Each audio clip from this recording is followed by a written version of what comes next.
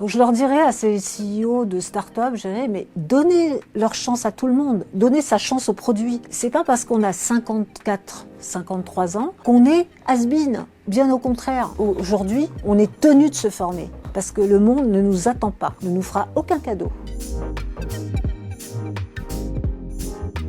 Pour cette émission, j'ai la grande joie d'accueillir Florence. Florence va fêter ses 55 ans. Elle croit fermement que les croyances limitantes n'ont jamais leur place et qu'il est clé d'avoir un carnet d'adresses de qualité pour se développer professionnellement. Elle valorise volontiers la valeur de l'intergénérationnel et s'épanouit pleinement dans une équipe managée par une femme beaucoup plus jeune. Elle va vous montrer à quel point son état d'esprit conquérant et sa pugnacité lui ont toujours ouvert de jolies portes. Bonjour Florence. Bonjour Mathilde. Je suis absolument ravie de vous recevoir aujourd'hui au studio. Plaisir partagé. Est-ce que je peux commencer par vous demander de vous présenter ? Avec plaisir. Alors, je m'appelle Florence Anglerot, j'ai 55 ans dans 12 jours, voilà, et je suis maman de 2 garçons de 28 et 25 ans. Voilà. Superbe. Est-ce que vous pourriez me dire, qu'est-ce qui vous a donné envie de participer à cette émission, de témoigner sur le fait que l'expérience est une tendance et de bousculer un certain nombre de préjugés ? Je crois qu'aujourd'hui, alors on va vers une société du jeunisme. À chaque fois, on voit j'oserais dire des publicités pour des cosmétiques avec de très jeunes femmes qui vendent des crèmes anti-âge. Ouais, sauf que c'est comme en entreprise. On peut pas parler de l'âge sans qu'il y ait des no-le-dit. C'est évident. Donc, une entreprise, pour qu'elle fonctionne, il faut qu'il y ait toutes les générations. Pour moi, c'est indispensable. Donc, je voulais témoigner aussi de cette facilité que j'ai aujourd'hui d'assumer mon âge. D'ailleurs, on me le dit souvent, bah oui, mais tu les fais pas. Je lui dis, bah oui, mais la carte d'identité dit le contraire. Et lorsque j'envoie des CV à des chatbots, l'année du diplôme, elle, fait que l'IA, les algorithmes, m'éjectent parce qu'on sait que, voilà, c'est 50 ans et plus. Donc, il faut un petit peu passer outre ces biais cognitifs. Non, les seniors ne sont pas des vieux croulants. Ils ont eu des diplômes, ils ont des compétences, une expérience à valoriser. Et c'est à eux aussi de se faire un petit peu confiance, je dirais. Ça, c'est important, c'est un super message. Et d'ailleurs, je crois que vous l'illustrez quand même très très bien, puisque depuis le début de votre parcours professionnel, vous avez quand même beaucoup travaillé sur le fait de vous former très très régulièrement. Est-ce que vous pouvez nous raconter ça ? Pour moi, c'est le mot magique. Formation, formation, formation. Alors, je ne dis pas qu'il faut rester un éternel ou une éternelle étudiante. Loin de là. Il faut à un moment donné mettre les mains dans le moteur et puis passer à l'action. Sinon, ça vaut rien. Enfin, je veux dire, tout ce qu'on aura pu acquérir comme savoir, comme connaissance et comme bonne pratique, il faut le mettre en action. On est bien d'accord. Mais néanmoins, aujourd'hui, avec un monde qui va 2 fois plus vite qu'il y a 30 ans quand j'ai commencé de travailler, à 25 ans, je m'aperçois que les nouvelles technologies allant crescendo et étant de plus en plus, entre guillemets, sophistiquées, c'est à nous aussi, les no-le-dit, de savoir dire « Ah ben attends, moi je suis capable de faire ça » ou « Je prends un bouquin, je vais sur un site comme udemy.fr pour m'auto-former le week-end sur le chat GPT, je mobilise mon CPF, bref, je me bouge. » Voilà. Comment vous vous formez du coup à toutes ces compétences digitales ? Comment est-ce que vous travaillez au quotidien avec ChatGPT ? Alors, actuellement, j'ai la chance d'avoir un employeur qui pousse beaucoup sur cet outil, qui nous le recommande, mais vraiment, j'allais dire au moins 3-4 fois dans la journée, si c'est pas plus.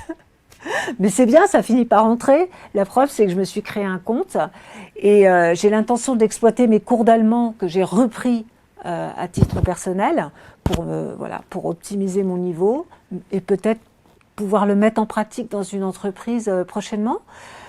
J'allais dire, entre Babel, le livre et puis ChatGPT, je vais me constituer des listes de vocabulaire d'allemand des affaires. Voilà. Je pense que c'est un bon outil qui va servir à mon apprentissage.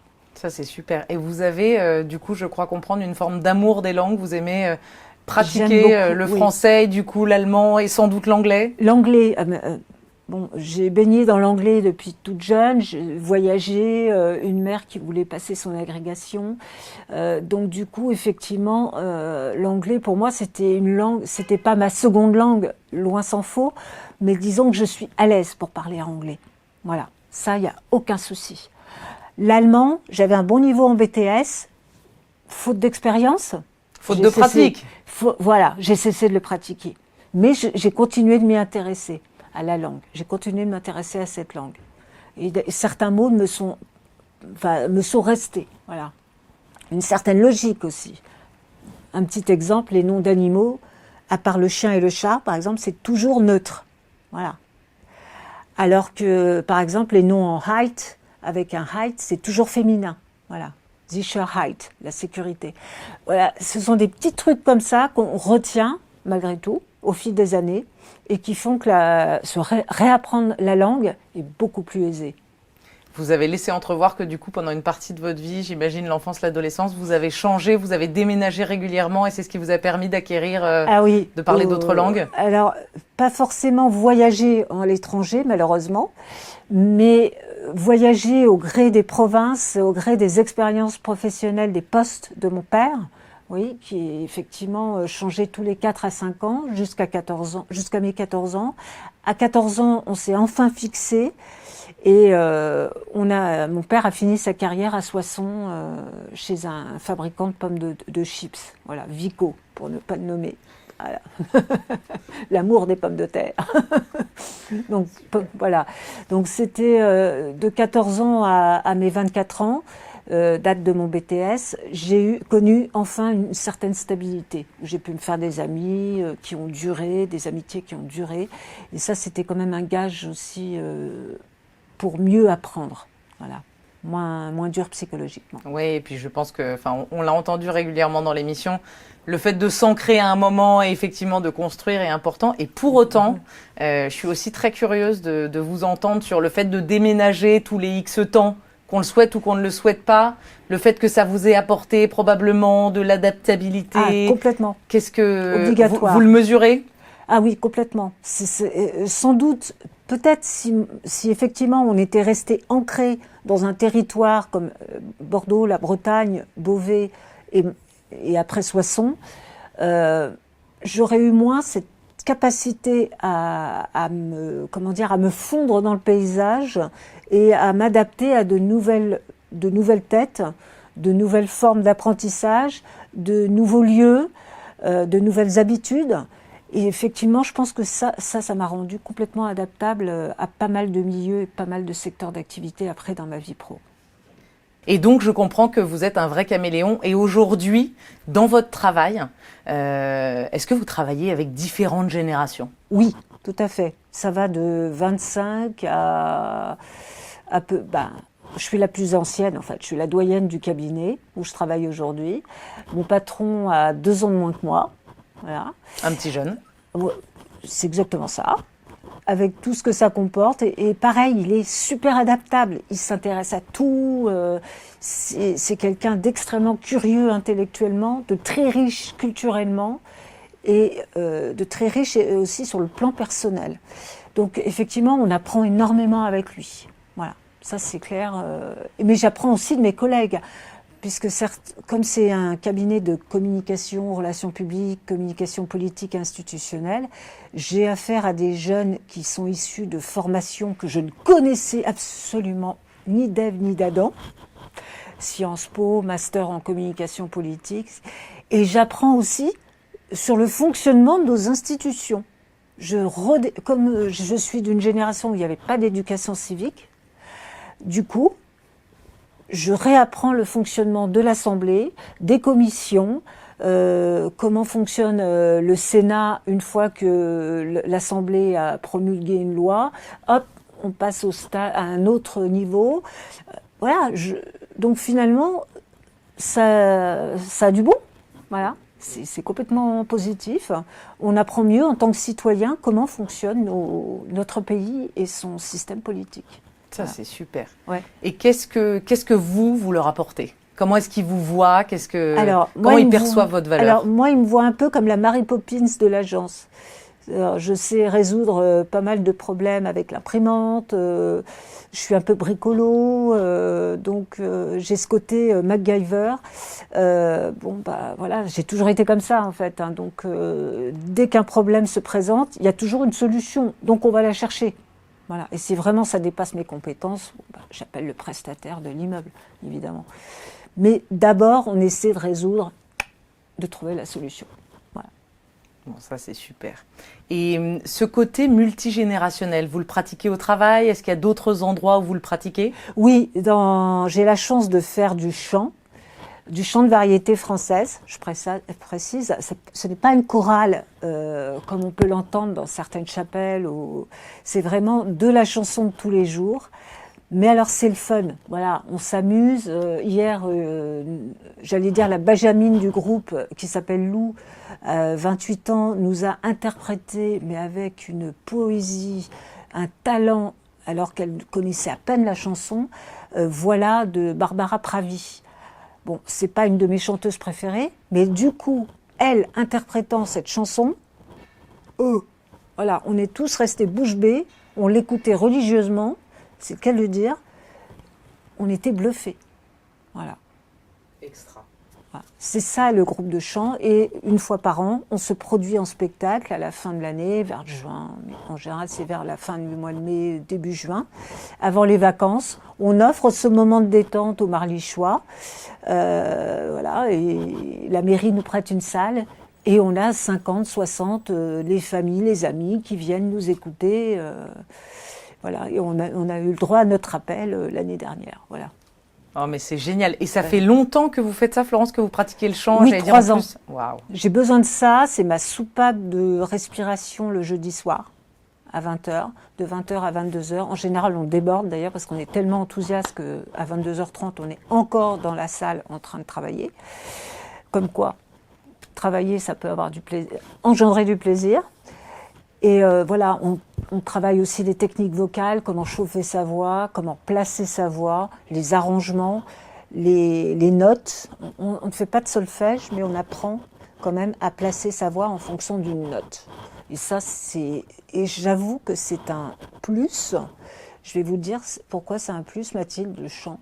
C'est que derrière, quand vous prononcez des discours, ou quand vous allez par exemple faire une formation, sur du secrétariat, chose que j'ai faite, j'ai été formatrice à l'AFPA, placer sa voix permet de ne pas endormir son auditoire. Ça, c'est super important. Et vous sentez que le chant vous apporte, vous aide à développer cette compétence? Complètement. Et donc, vous êtes l'exemple, et je me permets quand même de le mettre en valeur, qu'à 52 ans, démarrer, commencer à travailler une nouvelle passion, c'est absolument possible et extrêmement complémentaire de ce que vous faites. Moi, je dirais, allez-y, foncez. Ça peut être le pilates, ça peut être le chant, ça peut être, pourquoi pas, la couture ou même le crochet. À la limite, on s'en fiche. Si vous trouvez du plaisir dans un loisir, tout est gagné. Et en plus, ce sont toujours des compétences transversales. La preuve, s'exprimer à l'oral sur un PowerPoint, ne pas regarder son PowerPoint, avoir les idées focus, les idées principales sur la slide et savoir placer sa voix, c'est ça qui va faire la différence entre un orateur correct et un mauvais orateur.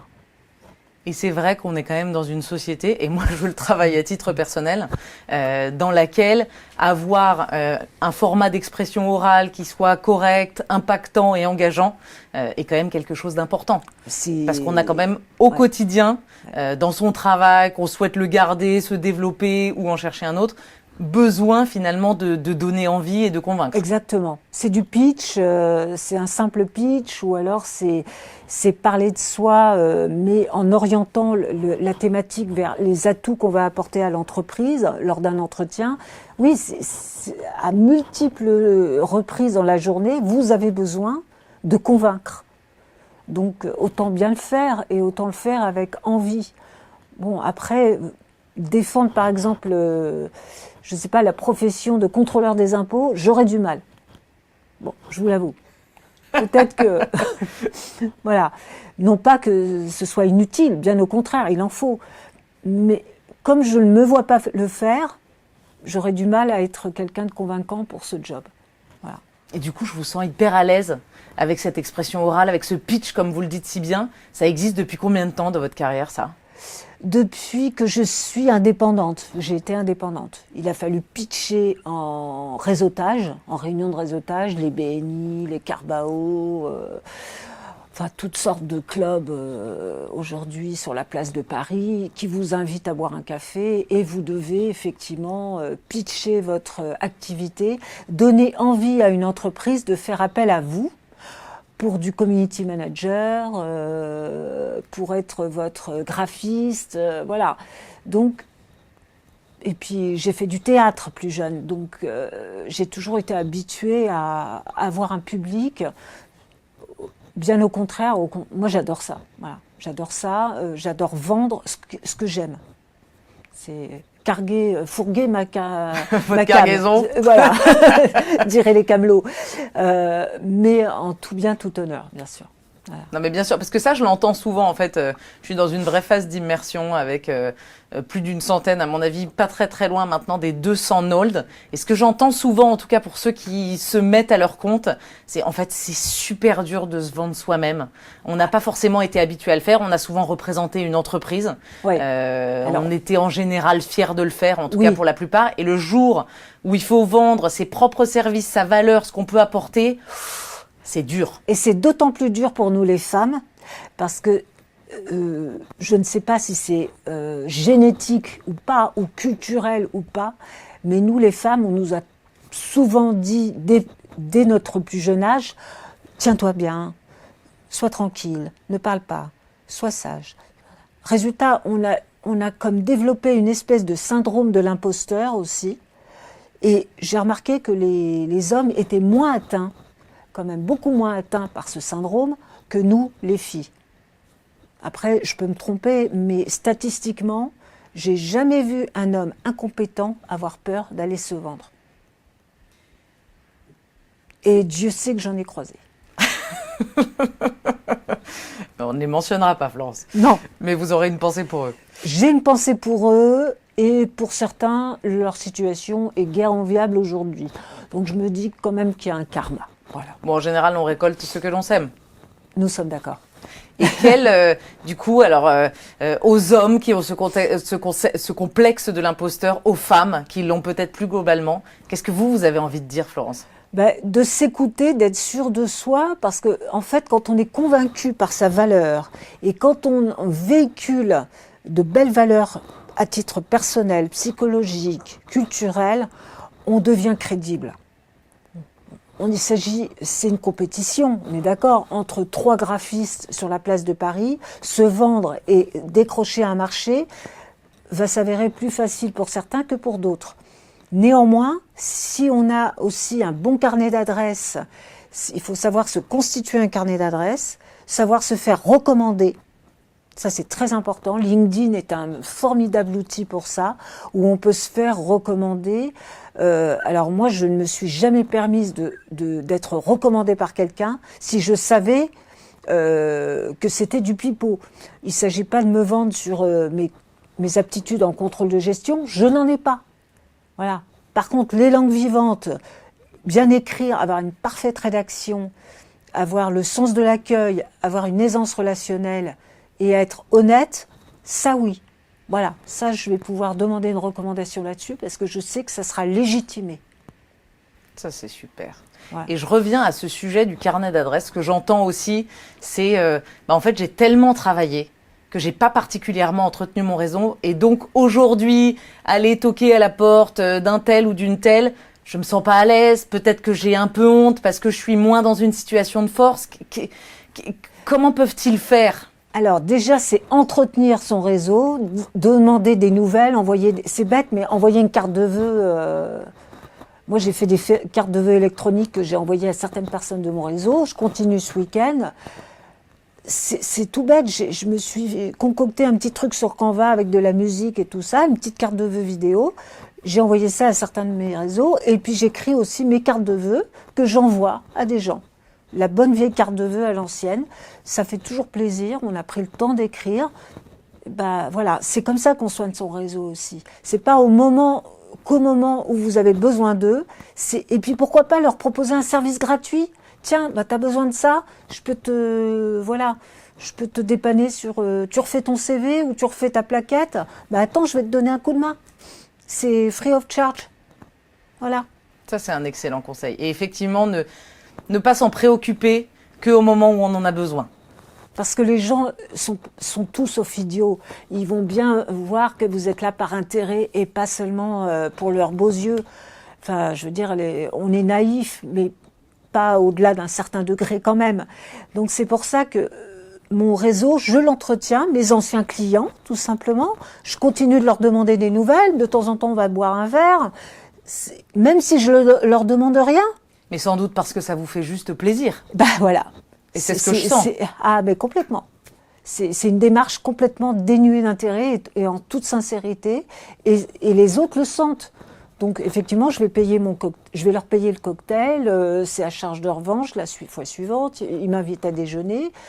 Voilà. Et j'aime beaucoup aussi conseiller les assistantes de ma génération, entre 45 et 55 ans. Leur dire, bah voilà, si j'étais toi, tu t'ennuies dans ton job, attends, je vais te donner. Si tu veux, on se boit un café, je t'invite, et je te dis sur quoi tu peux te former par rapport à tes rêves ou à tes aspirations. Voilà. C'est apprécié, bien reçu? Ah, complètement. C'est totalement bien apprécié. Au contraire, même. C'est-à-dire, mais dans un monde où tout le monde ne s'occupe que de sa pomme, si j'ose dire, dans une société hyper individualiste, ah bah oui, le côté échange de retour de cadeaux, bah ça marche. C'est bête comme chou, le troc, ça marche. J'ai toujours eu le sentiment que les assistantes étaient assez douées pour créer quand même des cercles, s'entraider, ou en tout cas que c'était une profession dans laquelle il y avait plus d'entraide peut-être que dans d'autres. Il y a de l'entraide, il y a une réelle entraide. Moi, j'ai bénéficié des conseils d'une assistante plus âgée que moi à l'époque, dans un cabinet où je faisais un CDD comme assistante. Son fils était mon manager. Bon, il avait quoi, 25, 26 ans à l'époque, Fabrice. Donc, il avait l'âge de mon fils cadet aujourd'hui.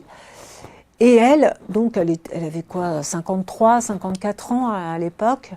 Et elle m'a mentorisée, elle m'a prise en main, elle m'a donné des tas de conseils sur comment se tenir en entreprise, comment s'habiller en entreprise, comment s'exprimer. En 6 mois avec elle, j'ai appris plus en 2 ans qu'en 2 ans au BTS. Ça, c'est un sacré cadeau. Ouais. Ça, je peux vous dire, c'est vraiment un cadeau du ciel. Voilà, il y a des belles personnes comme ça que vous avez l'occasion de rencontrer sur votre lieu de travail. Dès que vous sentez qu'il y a une vraie bonté, une vraie générosité de leur part, tâchez d'être aussi à l'écoute vis-à-vis d'eux pour leur rendre l'appareil. Voilà. Et vous l'avez dit, j'étais managée par son fils qui avait l'âge de mon fils. Voilà. Comment est-ce que c'est? Parce qu'il y a aussi beaucoup... À l'époque, j'étais plus jeune, donc on avait à peu près le même âge. Ah, vous aviez à peu près le même âge? Oui. Ok, il n'y avait pas ce sujet. Non, j'avais 26 ans. Okay. J'étais légèrement plus âgée que lui, mais j'avais 26 ans quand même. Est-ce que ça vous est arrivé d'être managée par des gens beaucoup plus jeunes que vous? Alors oui, actuellement, je suis managée par une jeune femme de 27 ans, donc qui est plus jeune que mon fils aîné. Mais c'est quelqu'un de formidable. C'est une fille qui est d'une intelligence, mais alors, hors du commun. Elle est bien éduquée, respectueuse de l'autre. Aucun problème. Donc pour vous, ça, c'est pas parce que... Non, au contraire, c'est pas une question de génération. Ah ouais. Le management, c'est une question de respect de l'autre. On peut être managé par quelqu'un de plus jeune qui soit bien mieux, bien plus compétent que quelqu'un qui soit plus âgé que vous. Ça n'a rien à voir avec l'âge. C'est une question d'humain. Moi, je suis complètement d'accord avec vous, mais je trouve que ce qui est important de souligner, c'est alors certainement la valeur que cette femme vous apporte, mais aussi le positionnement que vous avez. puisqu'il n'est pas aisé quand même dans la tête de tout le monde, ou en tout cas des personnes également avec lesquelles j'échange, de se dire, bah voilà, moi j'ai 55 et ma manager, elle a 27, ou elle a 30, ou elle a 35. Il y a un certain nombre de personnes qui trouvent que ça n'est pas légitime. Et j'invite du coup les NOLD, les seniors, à adopter une posture qui soit une posture d'égal à égal. Bien sûr que vous avez plein de choses à apporter parce que vous avez une expérience, oui, mais bien sûr. Sans doute que lui ou elle aussi. Et c'est en faisant circuler ça... Elle a un background que je n'ai pas. Et ça, moi, je dis bravo. Je fais waouh. Parce que cette fille, elle a passé un diplôme en Angleterre. Elle a travaillé, elle a étudié dans une grande fac en Angleterre. Elle a étudié la communication institutionnelle. Elle est hyper forte en économie, en stats. Elle a fait un diplôme en stats, en fait, en Angleterre. Et elle a cette espèce de logique, d'esprit d'analyse dont peu disposent. Je peux vous le dire, franchement, j'ai vu des gens, mais bien plus capés qu'elle, se vautrer dans des analyses, des slides, des PowerPoint chiantissimes, parce qu'ils ne savent pas analyser, ils ne savent pas synthétiser. Elle, quand elle fait un PowerPoint, c'est straight to the point et c'est efficace. Et vas-y. Et on n'a pas besoin d'une tartine pour arriver au bon résultat. Voilà. Donc, rien que pour ça, moi, je suis fière d'être managée par cette fille. Voilà, c'est tout. Il faut savoir un petit peu être humble de temps en temps. C'est pas parce qu'on a 55 ans qu'on sait tout. Ça aussi, il faut pas l'oublier. On apprend à tout âge. Donc, on continue d'apprendre jusqu'à la retraite. Jusqu'à nos... Et peut-être même jusqu'à toujours. Et ben voilà, jusqu'à ce qu'on puisse plus exprimer un souffle. On continue d'apprendre. Vous avez encore, vous le disiez, donc des projets de formation à venir. Complètement. Je me suis remise à l'allemand, donc en autodidacte pour le moment. Après, il va falloir quand même que je me trouve une formation avec un prof costaud, surtout en allemand des affaires, pour passer le BULATS, parce que c'est quand même ça sur le CV qui mentionne que vous avez un bon niveau B2, à partir de B2, on peut dire que vous avez un niveau correct en langue vivante. Il faut également, je vise une formation à l'IFOCOP. Alors, j'hésite encore entre assistant de gestion et contrôleur de gestion. Il faut que je vois un petit peu le contenu plus avant et que je discute avec le responsable pédagogique du centre pour voir exactement où je me situe et ce qui me correspondrait le mieux. Et le troisième volet, c'est repasser une certification Excel. Voilà, me former sur, passer ce qu'on appelle, autrefois c'était le passeport compétences informatiques européen. Là aujourd'hui, c'est un autre, c'est Learning Computer Driving License ou un truc comme ça. Et ça permet au niveau européen d'être reconnu sur un niveau en informatique, que ce soit sur Word, PowerPoint, Excel, Access, enfin toute la suite Microsoft Office, le Teams aussi. Ouais. C'est vos parents qui ont été, j'allais dire, des modèles sur le fait d'apprendre à tout âge. Oui. Mon père continuait. Alors déjà, mon père parlait très très bien allemand, puisqu'il a grandi au Luxembourg. Moi, je suis binationale, je suis franco-luxembourgeoise. Et puis derrière, ma mère, donc, à 40 ans, aidé la grecque d'anglais. Enfin, c'est tout sauf évident. Surtout avec deux oiseaux comme mon frère et moi. Voilà. Et pas toujours sage et très discipliné et rentrant à l'heure comme il faudrait. Voilà. Et derrière, donc, j'ai passé ce virus à mes enfants. C'est un bon virus, ça, Florence. Je crois. C'est mieux que le Covid. C'est mieux que le Covid. Qu'est-ce que vous vous êtes réinventé, vous, plusieurs fois pendant votre carrière? Ouais. Quels conseils vous donnez aux personnes qui ont envie de se réinventer? Quelle est la démarche? Comment est-ce qu'on se vend quand on se réinvente? Qu'on ait envie de continuer sous un format de salariat, qu'on soit à son compte? Qu'est-ce que vous voulez leur dire? Mûrir son projet. Bien réfléchir à son projet, savoir où l'on va, faire une étude de marché, pourquoi pas un benchmarking. Alors là, si je me forme sur cette compétence, quel va être mon taux de retour à l'emploi? Voilà. Comment je vais financer? Voilà, ça il faut y penser. Sachant que je me retrouve à France Travail, c'est avec quels sous? Combien j'ai sur mon CPF?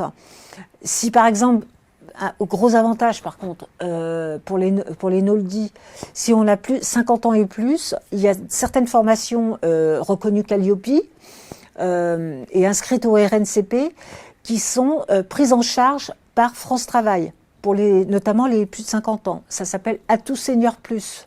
Moi, je ne connaissais pas du tout, c'est tout récent. Voilà. Mais en tout cas, je peux vous dire que on n'a pas à se soucier de la finance. On sait que le cursus de 8 mois va être pris en charge. Ça, c'est quand même un bel avantage en France. Ah ben en France, oui, on a ça.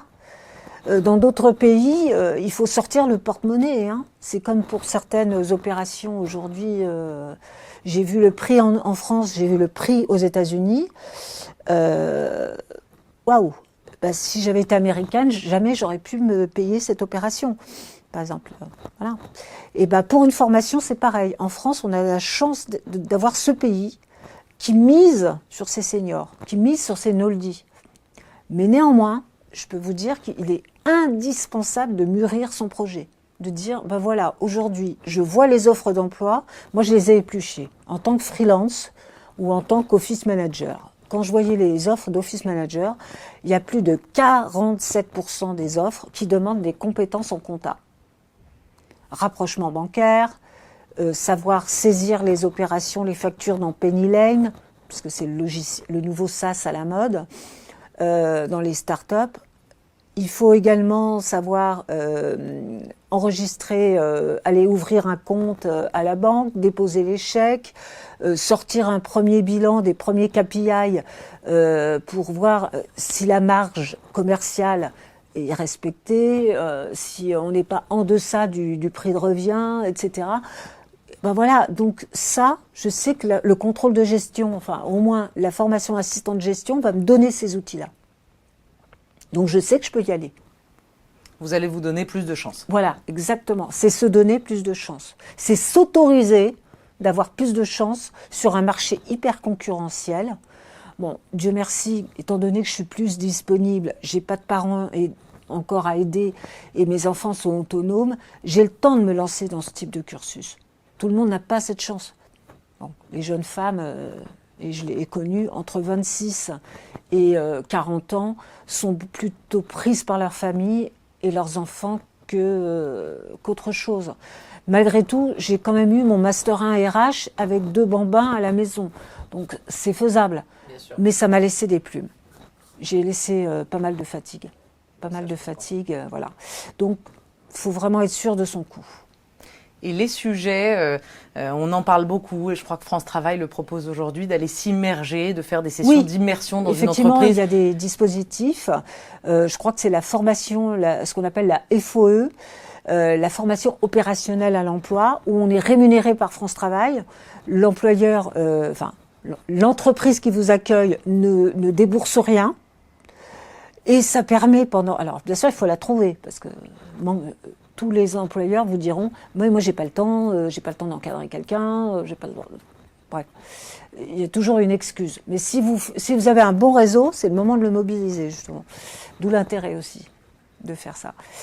Et donc la FOE vous permet d'être immergé, par exemple, je sais pas, 1 mois, 3 semaines, pour aller tester le métier, voir si c'est vraiment ça qu'il vous faut. Moi, je sais que quand j'étais en fac d'anglais, parce qu'avant le BTS, je me suis essayée à la fac d'anglais, parce qu'on m'a dit, t'as un bac littéraire, bon allez, vas-y, tu peux être prof d'anglais. Alors je suis allée à la fac, sauf que je me suis rendu compte que l'enseignement, c'était pas du tout pour moi. Que même en étant pionne, j'allais bousiller un gosse en moins de 2 ans de carrière, j'allais lui claquer la tête sur le mur, parce que bien sûr, j'étais dans le pire collège de Reims, tant qu'à faire. Et je me suis dit, non, c'est pas un métier pour moi. J'ai pas la patience, sauf avec mes enfants, j'ai eu cette patience. Et en plus, j'en ai un en situation de handicap. Donc, il fallait quand même que je déploie des trésors de patience. Mais ce sont mes enfants. C'est la chair de ma chair. Donc là, je fais des efforts. J'ai fait des efforts. Mais pour les autres, j'avoue que ça me passait un peu au-dessus du cigare. J'ai dit, non, c'est pas un métier pour moi. Donc le fait d'être immergé, voilà, m'a permis d'éviter cette erreur. Principe de réalité. Voilà, exactement, principe de réalité. D'où l'intérêt, effectivement, d'aller se frotter au terrain pour voir si on se fourvoie ou si, au contraire, c'est la bonne voie pour donner un élan à sa carrière. Très important. Est-ce que vous, Florence, au cours de votre carrière, pour l'instant, à un moment, vous êtes sentie discriminée en rapport avec votre âge ? Alors oui, quand j'ai postulé dans des start-up. Ah. Il y a vraiment, on sent quand même un frein dans certaines structures. Alors, il faudrait que les CEO, les jeunes CEO, justement de 26, 27, 28 ans, de ces structures, se disent, mais ils respectent bien leurs parents. Alors pourquoi ne sont-ils pas capables de respecter un collaborateur plus âgé qui peut leur apporter quelque chose et qui peut peut-être aussi leur apporter la légitimité dont parfois ils manquent quand ils vont voir un banquier, ou parce que la présence de quelqu'un d'âgé rassure, surtout dans la finance. En général, on voit peu... moi, mon chargé de compte, il a 30 ans, mais le directeur de l'agence, il en a 50. Donc voilà, au bout d'un moment, on arrive quand même à avoir des repères qui sont un peu logiques. Voilà. Donc je leur dirais à ces CEO de start-up, je dirais, mais donnez leur chance à tout le monde, donnez sa chance au produit. C'est pas parce qu'on a 54, 53 ans qu'on est has-been. Bien au contraire, aujourd'hui, on est tenu de se former. Parce que le monde ne nous attend pas, ne nous fera aucun cadeau. Voilà. Et comment? C'est-à-dire que vous avez pas passé les premiers scrollings, vous n'avez pas été reçu aux entretiens, vous avez senti qu'il y avait de la défiance? J'ai eu les appels, voilà. Et après, effectivement, on m'a posé la question fatidique, mais vous avez eu votre diplôme en 94, vous avez Donc là, quel vous âge? sentez qu'il fait une soustraction? Ah ouais, voilà, exactement. Il a quand même reçu mon CV, il m'a quand même téléphoné, mais au bout d'un moment, les maths restent les maths. Donc, il y a certains résultats d'opération qui sont incompatibles avec ces valeurs. Ok. Eh bien, un des résultats de nombreuses études que j'essaye de lire montre que finalement, les startups françaises ne comptent que 8% de leurs travailleurs qui ont plus de 45 ans. À partir de 55 ans, je crois que c'est 2,4%. Donc là, c'est carrément la chute libre. Ouais. Et donc, je souhaiterais attirer l'attention grâce aux Medianoldi, justement, des fondateurs, des fondatrices de ces startups. Oui. Regardez, renseignez-vous, voyez s'il n'y a pas un intérêt à aller diversifier votre force de frappe. Voilà, votre staff, quoi. C'est très, très important. Le plaisir, c'est toujours important. On peut bien bosser dans le fun. Ça, moi, je l'ai toujours vu. Entre les voyages CE, quand j'étais dans l'informatique, où justement, il y avait cette espèce d'émulation, les séminaires d'entreprise. C'est ça qui me manque aujourd'hui, je crois aussi, dans une grande entreprise. C'est ce côté fédérateur. Moi, je me suis fait une amie il y a 17 ans dans une expérience. Bon, on est parti en vacances. Voilà. C'est ma meilleure amie depuis 17 ans. Ah waouh, c'est des beaux liens. Voilà, on s'est trouvés. À l'époque, je fumais, malheureusement. Donc, je suis sortie sur le perron pour fumer. On a commencé à discuter. Elle appartenait à l'autre filiale du groupe. Et on ne s'est plus quittés. Voilà. Elle a 4 ans de plus que moi. Elle attend sa retraite, par contre, avec impatience, parce qu'elle en a marre. Et elle s'est retrouvée justement confrontée avec à une manager plus jeune qu'elle, qui en fait est une personne incompétente. Peu importe l'âge de la personne managée, elle est incompétente. Et ça arrive aussi. Et moi, je l'ai vu dans mon expérience en grand groupe, de voir des gens promus à des postes de manager, alors que sur le plan humain, ils en étaient mais totalement incapables. Totalement incapable. J'ai eu une manager, c'était une folle pendant mon alternance RH Master 2. Un jour, c'était blanc. 2 mois après, c'était noir. Alors après, j'ai appris qu'elle était bipolaire. Bon, certes, c'est une maladie, mais pourquoi on promeut des gens comme ça à des postes, à de tels postes? Enfin, il faut s'assurer quand même, quand on est un peu des RH, que la personne ait les épaules et le tissu humain pour diriger d'autres humains. Parce que c'est tout sauf facile. Hein. J'ai eu une fois une manager qui effectivement... un jour, j'étais formidable et je ne savais pas pourquoi. Et le lendemain, j'étais complètement nulle et je ne savais pas non plus pourquoi. Ah oui. Et je me souviens que c'était probablement les années de ma carrière dans lesquelles j'ai eu le moins confiance en moi, parce que cette instabilité émotionnelle qu'elle générait, moi, ne me permettait plus d'apporter de la valeur. Alors là, complexe de l'imposteur... mais c'est le pervers narcissique. Ça peut être un peu dur. Ouais. Là, c'est une perverse narcissique. C'est un des traits du pervers narcissique. Jouer sur le déséquilibre permanent. Je sais même pas si elle le conscientisait ou autre. Pour moi, ça a été assez douloureux. Oui. Bon, c'est une étape, c'est une épreuve parmi tant d'autres. Mais effectivement, les managers à n'importe quel âge sont quand même appelés à avoir cette essence de management et donc cet appui, cette envie quand même de faire avancer des humains dans une direction qui leur est donnée. Ouais, sinon l'expérience n'est pas super agréable. Non, l'expérience n'est pas super agréable et elle est encore moins agréable quand vous dispensez du savoir, comme en tant que formatrice. À l'AFPA, moi je garde un très bon souvenir de l'AFPA parce que voilà, je suis en relation avec 2 anciennes stagiaires, donc même plus puisque j'ai déjà été formatrice en 2017, donc j'ai gardé des liens avec certaines des stagiaires. Mais la dernière fois, je me suis fâchée lors de mon expérience en disant « Mais excusez-moi, mais vous êtes là pourquoi en fait ? Pour apprendre à être secrétaire comptable ou pour passer les semaines en attendant de trouver le job de vos rêves ? Vous avez des choses à apprendre. Vous vous êtes engagé par un contrat à apprendre. Donc quand je vous donne un exercice, vous le faites. J'ai l'impression d'être face à des enfants de CE1. Or, je suis face à des adultes. Responsables. Qui sont censés l'être. Donc je dis, soit vous changez de mindset, soit je distribue des sanctions à tout le monde. Ah oui, c'est on pas s'en compliqué. retrouve là. Oui, on s'en est retrouvé. Moi, je me suis retrouvée devant cette espèce d'obligation morale que de sanctionner. Donc, certaines ont eu des sanctions, effectivement, et d'autres sont rentrées dans le rang et se sont mises à travailler. Et bien sûr, celles qui se sont remises à travailler ont eu leur titre. Les autres pas. Les autres pas. Et on m'a rendu responsable de cette situation, m'a dit une de mes anciennes stagiaires. Elle m'a dit, faut voir ce qu'elles ont dit sur toi. J'ai dit, écoute, les filles, je m'en fiche. Elles n'ont pas voulu se mettre au travail. Elles sont sanctionnées. La vie, c'est comme ça. Bon, de toute manière, dans la vie, Voilà. on a quand même globalement rien sans rien. Et puis, si on Voilà. s'engage sur quelque chose, Un contrat moral. on est censé le tenir. Voilà, exactement. Justement, c'est ça être adulte, c'est ça être mature. On s'engage à faire quelque chose, et c'est ce que j'ai dit dans ma lettre de motivation pour l'IFOCOP. J'ai dit voilà, j'ai déjà eu deux certifications grâce à votre organisme. À chaque fois, mention bien, parce que il faut mouiller le maillot. Pendant 8 mois, on nous demande de mouiller le maillot. On mouille le maillot. C'est un contrat moral entre l'organisme et le demandeur d'emploi. C'est tout. Ou le salarié qui prend sur 1 an de son temps face à son employeur pour se former. Donc, à nous de jouer, quoi. Voilà. Et puis, si on veut grimper dans les échelons et acquérir des compétences, il faut se mettre un petit peu au travail, à tout âge.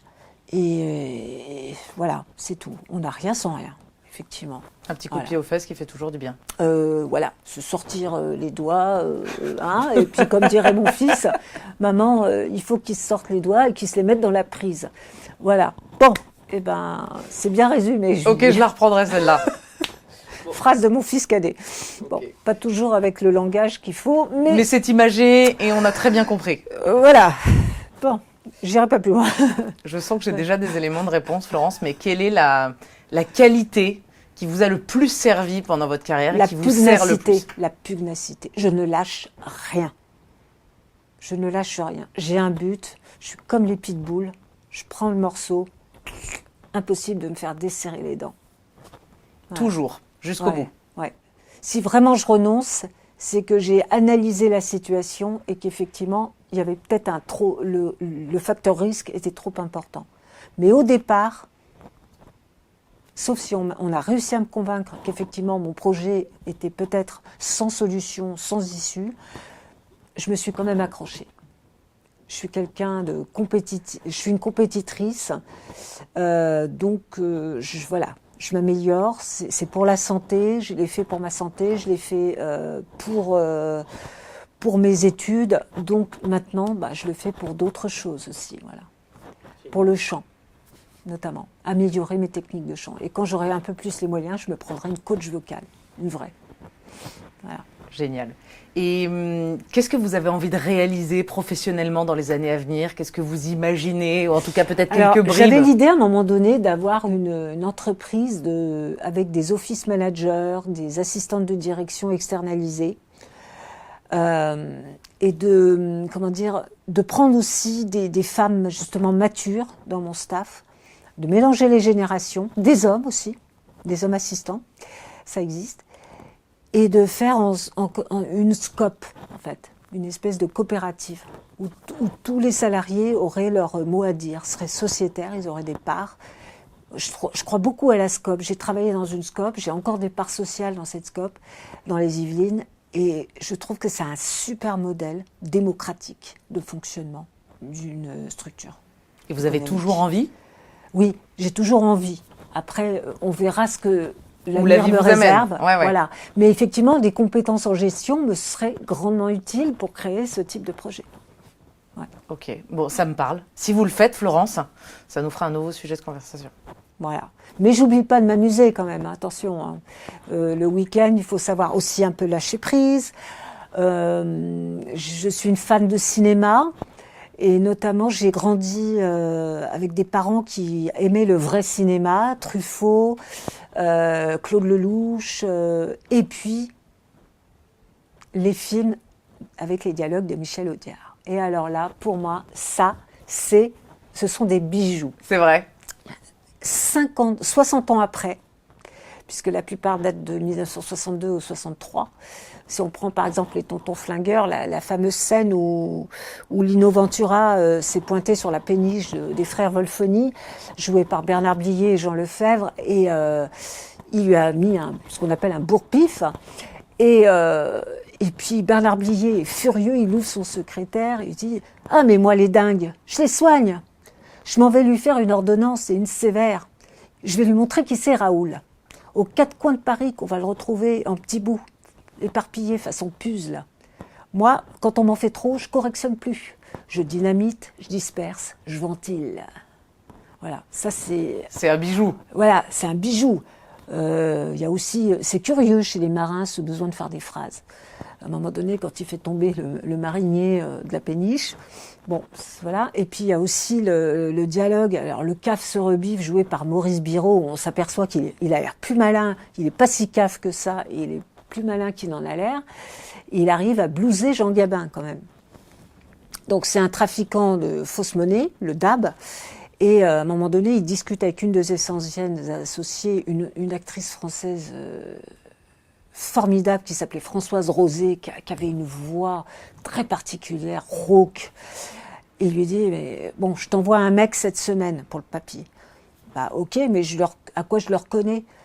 Ah, ben c'est un grand brun avec des petites bacchantes, l'air con. Bah, ça court les rues, les grands cons. Et là, Jean Gabin répond cette phrase.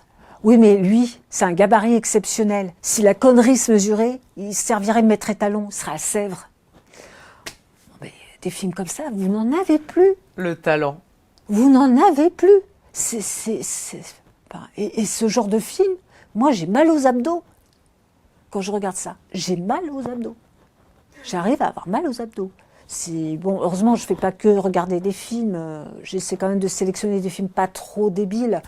Je lis aussi, mais j'ai une grande passion pour Stephen King. C'est vrai. Ah ouais. Un Mon ouvrage en préféré, c'est particulier? Shining. Oh. L'hôtel Overlook en plein hiver, où il perd la boule, quoi. Enfin, tout simplement. Et sa suite qui s'appelle le Dr. Sleep, écrit également par Stephen King 30 ans après, où on voit le jeune garçon de l'hôtel devenu grand, et avec toujours ce shining, donc cette capacité à communiquer par la pensée. Et c'est génial, enfin, c'est une atmosphère tout à fait particulière. Et je m'ennuyais tellement en philo pendant mon bac que j'écrivais des nouvelles fantastiques. C'est vrai? Ouais. Au lieu des... les notes s'en sont ressenties, hein, évidemment. Mais en tout cas, j'ai noirci pas mal de cahiers. J'étais assez contente de moi. Ah, génial. Vous les avez encore? Non, malheureusement, ils ont un peu disparu. Ma mère a fait pas mal de ménage après le décès de mon père et la vente de la maison à Soissons. Mais je serais prête à m'y remettre. Reprendre la plume. Ah oui, oui, oui. Et cette fois-ci, j'ai l'ordinateur, c'est quand même plus facile. Ah, trop sympa. Bon, vous m'avez précédé dans mes questions. Et du coup, peut-être une dernière sur la partie un peu plus fun. Si vous pouviez inviter qui vous vouliez à dîner autour de votre table, vous auriez envie d'inviter qui? Mort ou vivant? Mort ou vivant? Alors, je commencerai par Olympe de Gouges, cette femme révolutionnaire qui n'a pas assez de place et de rue à son nom, je trouve, et qui a contribué au péril de sa vie d'ailleurs, puisqu'elle en a perdu la tête, la pauvre, la déclaration de la femme et de la citoyenne. Voilà. Premier, parce que bon, faut pas oublier que la Révolution française, malheureusement, a oublié un peu les femmes. Voilà. Non pas que je sois féministe à tout crin, mais il y a quand même eu un manque d'évolution de ce côté-là. Ensuite, je dirais Simone Veil, puisque aujourd'hui, ce sont les 50 ans de la loi Veil, d'entrée en vigueur de la loi Veil. Donc aussi une grande femme et une rescapée de la Shoah. Donc ça aussi, et malgré tout, cette femme politique, elle a lutté contre vents et marées. Moi, j'ai regardé sur l'INA et LCP les archives des débats à l'Assemblée nationale, mais c'était d'une violence inimaginable. Même en entreprise, j'ai jamais eu affaire à des machos comme ça. C'est vrai. C'est terrible, enfin, je ne comprends pas qu'on puisse traiter une femme comme ça, surtout avec sa culture, son pédigré. Non, mais c'est inacceptable. Inacceptable. Ensuite, je dirais Voltaire, parce que c'était un des siècles des Lumières. Alors, j'aurais pu dire d'Alembert ou Diderot, mais Voltaire, j'ai toujours une bonne note sur les ouvrages à l'école, sur les ouvrages de Voltaire. Donc, je me disais, allez, Candide, voilà. C'est un de mes ouvrages préférés de Voltaire. Et en dernier, pour la voix, Marianne James. Cette femme, elle me touche. Elle me touche parce qu'elle arrive à s'assumer avec ses formes dans une société où on n'aime pas les gros. Et pour avoir fait de la bariatrique, puisque j'ai été obèse, je peux vous dire qu'elle a réussi à s'assumer. Et moi, je dis chapeau, parce que moi, j'ai pas eu ce courage. Voilà. Et ça, rien que pour ça. Et puis alors, quand elle chante, il y a des frissons là, des papillons partout. C'est extraordinaire. C'est vrai qu'elle a sa place et qu'elle a sa place depuis longtemps. Elle a sa place depuis longtemps. Elle dure et elle est solaire. Quand elle rentre dans une pièce. Moi, j'ai eu la chance de rencontrer Sonia Dubois et une ex-journaliste de Christine Bravo et Laetitia Milo, l'actrice, pour la lutte contre l'endométriose. Donc, j'étais atteinte et j'avoue que ça, voilà. S'il y a des personnalités comme ça, ouais, respect. Quoi. Ce serait une jolie table, Florence. Oui. Oui, ça pourrait être sympa. Avec des débats animés. Oui, j'ai peur que Voltaire prenne un peu le dessus sur Olympe de Gouges et Simone Veil à un moment donné. Surtout s'il vient avec les codes de son époque. Voilà, c'est ça. Mais néanmoins, il a quand même eu, je crois, une liaison avec une des premières femmes mathématiciennes, Émilie du Châtelet. Et il l'a respectée. Donc je me dis que ça ne devait pas être un si mauvais bougre. Voilà. Wow. Génial. Est-ce que, avant qu'on termine, Florence, il y a quelque chose que vous n'avez pas dit, que vous auriez envie de dire? Je dis aux Noldi, faites-vous confiance, croyez en vous et arrêtez les croyances limitantes. Les seules croyances limitantes que vous vous mettez, ce sont les vôtres, ce sont vos propres croyances. Donc, arrêtez d'écouter Pierre, Paul, Jacques qui vous disent « mais non, mais t'es trop âgé pour faire ça, t'es trop… » Non. Non. Aujourd'hui, on peut aller jusqu'à 92 ans. La preuve, Jimmy Carter, bon, il bougeait plus beaucoup, mais il avait encore sa tête. Il avait 100 ans. Donc, je pense qu'à 70 ans, on est encore capable de faire quelque chose. Alors, à 55, toutes les portes nous sont ouvertes. Il n'y a même pas de question à se poser. Voilà. Ne nous posons pas la question, ouvrons-la, franchissons-la. Donc écoutez-vous, faites-vous confiance, écoutez votre instinct et entourez-vous des bonnes personnes. Florence, c'était une super interview. Moi, je me suis régalée. Merci beaucoup d'être venue. Merci de m'avoir invitée surtout. Merci de nous avoir suivis. Si vous avez aimé cet épisode, partagez-le, commentez-le, mettez des étoiles, abonnez-vous, je compte sur vous.